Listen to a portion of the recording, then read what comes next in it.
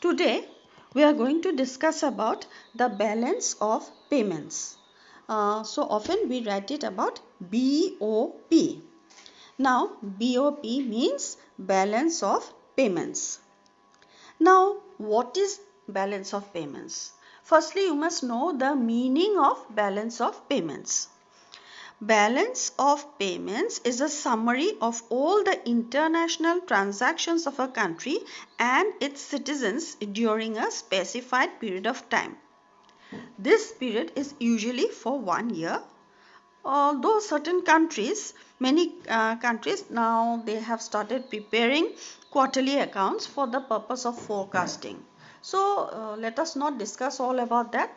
We simply have to understand what is balance of payments, and it is calculated for 1 year. Again I am telling you the meaning of balance of payments. The balance of payments of a country is a systematic record of all the economic transactions with the outside world in a given year. So no country is self-sufficient in this modern world, so it must have certain business with other countries. So again I am telling you it is a statistical record of the character and dimensions of the country's economic relationship with the rest of the world.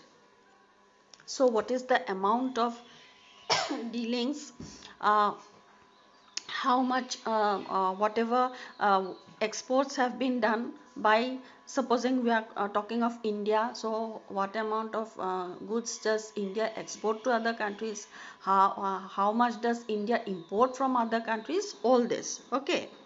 Now according to Bose-Huddleston, the balance of payments is merely a way of listing receipts and payments in international transactions for a country.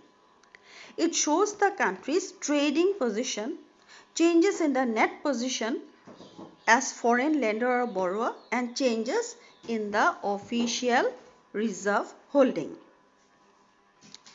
Now, balance of payments account of a country is constructed on the principle of double entry bookkeeping.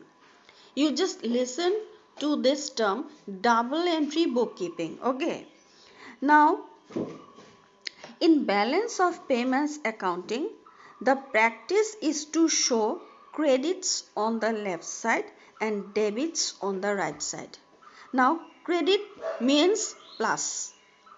Supposing someone has given you something, no?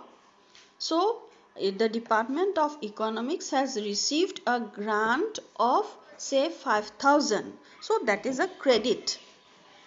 You understand, that is a credit. And expenditure that is made by our department means debit. Okay. Now in business accounting, debits are shown on the left side and credits are shown on the right side, but it is not like that in balance of payments. The practice is to show credits on the left side and debits on the right side. Now when a payment is received from a foreign country, it is a credit transaction, while payment to a foreign country is a debit transaction. The principal items shown on the credit side are exports of goods and services,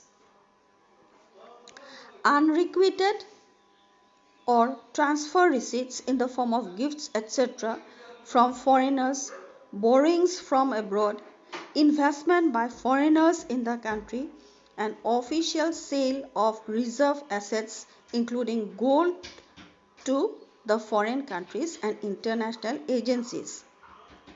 The principal items on the debit side include imports of goods and services, transfer payments to foreigners, lending to foreign countries, investment by residents to foreign countries, and official purchase of reserve assets or gold from foreign countries and international agencies. Now, All this I'll be giving you. I'll be giving you the note accordingly. You just listen. These credit and debit items are shown vertically in the balance of payments account of a country according to the principle of double entry bookkeeping. Horizontally, they are divided into three categories. The current account, number 1, the capital account, and the official settlements account or the official reserve account.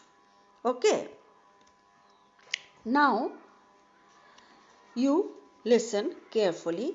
Number 1, the capital account. The capital account of a country consists of all transactions relating to trade in goods and services and unilateral or unrequited transfers. Service transactions including travel and transportation, income and payments on foreign investments, etc. Transfer payments relate to gifts, foreign aid, pensions, private remittances, charitable donations, etc. received from foreign individuals and governments to foreigners. Then you come to the capital account. So number 1 was the current account, no?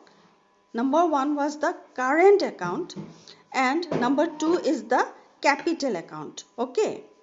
The capital account of a country consists of its transactions in financial assets in the form of short-term and long-term lendings and borrowings and private and official investments. In other words, the capital account shows international flow of loans and investments and represents a change in the country's foreign assets and liabilities. Long-term capital transactions relate to international capital movements with maturity of 1 year or more and include direct investments like building of a foreign plant, portfolio investment like the purchase of foreign bonds and stocks and international loans, etc. On the other hand, short-term international capital transactions are for a period ranging between 3 months and less than 1 year. Okay.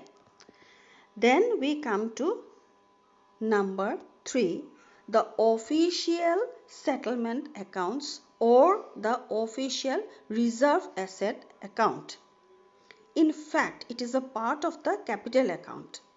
But in the UK and USA, balance of payments account shows it as a separate account. Now, about this, we don't need to go into the details. Now, the sum of current account and capital account is known as the basic balance. So, the basic balance includes what? It is the total of the current account and capital account. The balance of payments account of a country A is constructed in table 1 and this table I'll be giving you the table 1. In the current account, merchandise exports and imports is the most important item. The difference between exports and imports of a country is the balance of trade. So here also there is another thing that you must know. So what is the balance of trade? One question it comes, no? So what is the balance of trade? So the balance of trade is the difference between exports and imports of a country. Now balance of payments is different and balance of trades is different. If visible exports exceed visible imports, the balance of trade is favorable. If visible exports are less than visible imports, the balance of trade is unfavorable. Okay. Now, It is, however, services and transfer payments of invisible items of the current account that reflect the true picture of the balance of payments account.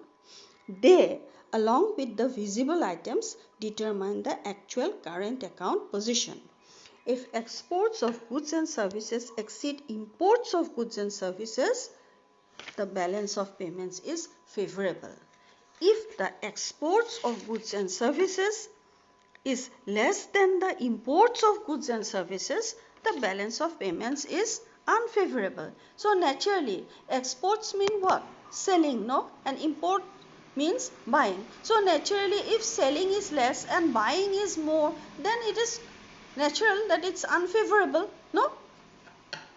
Now, in the current account, the exports of goods and services and the receipts of transfer payments are entered as credits because they represent receipts from foreigners. On the other hand, the imports of goods and services and the grant of transfer payments to foreigners are entered as debits because they represent payments to foreigners. The balance of payments is given in table 1. You learn this, okay? You read this carefully and you try to understand. Now, again, you listen carefully. There are two types of transactions in the capital account, private and government. Private transactions include all types of investment, direct, portfolio and short-term. Government investments consist of loans to and from foreign official agencies. In the capital account, borrowings from foreign countries and direct investment by foreign countries represent capital inflows or credits because they are receipts from foreigners. On the other hand, lending to foreign countries and direct investments in foreign countries represent capital outflows or debits because they are payment to foreigners. The official settlement accounts shows transactions in countries as official reserve assets. Errors and omissions is a balancing item, so the total credits and debits of the three accounts must equal in accordance with the principles of double entry bookkeeping so that the balance of payments of a country always balances in the accounting sense. To say that the balance of payments always balances is to say that a net credit balance in one of these accounts must have a counterpart and net debit balance in one of the other accounts or in a combination of the two other accounts. The sum, that is the algebraic sum of the net credit and debit balances of the three accounts must be equal to 0. Okay, must be equal to 0. Tamane minus plus kori ple gutekini it must be equal to 0. I hope you understand and I am giving you the note. I am giving you the note and you just write down from it. And whatever I have put a tick mark, you write down those parts, okay? Those parts which I have not put a tick, there is no need to write. And I am giving all this from Macroeconomic Theory by M.L. Jhingan, M.L. Jhingan's book. So, you read it and I hope you understand it.